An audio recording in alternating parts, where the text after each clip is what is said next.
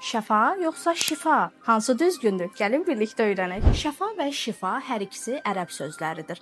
Lakin aralarındakı fərq budur ki, şəfa sözü isim kimi işlənərsə, ölüm, sonluq, uçurumun kənarı mənalarını verir. Buna Qurani-Kərimdən Ali İmran surəsi 103-cü ayəni misal göstərmək olar.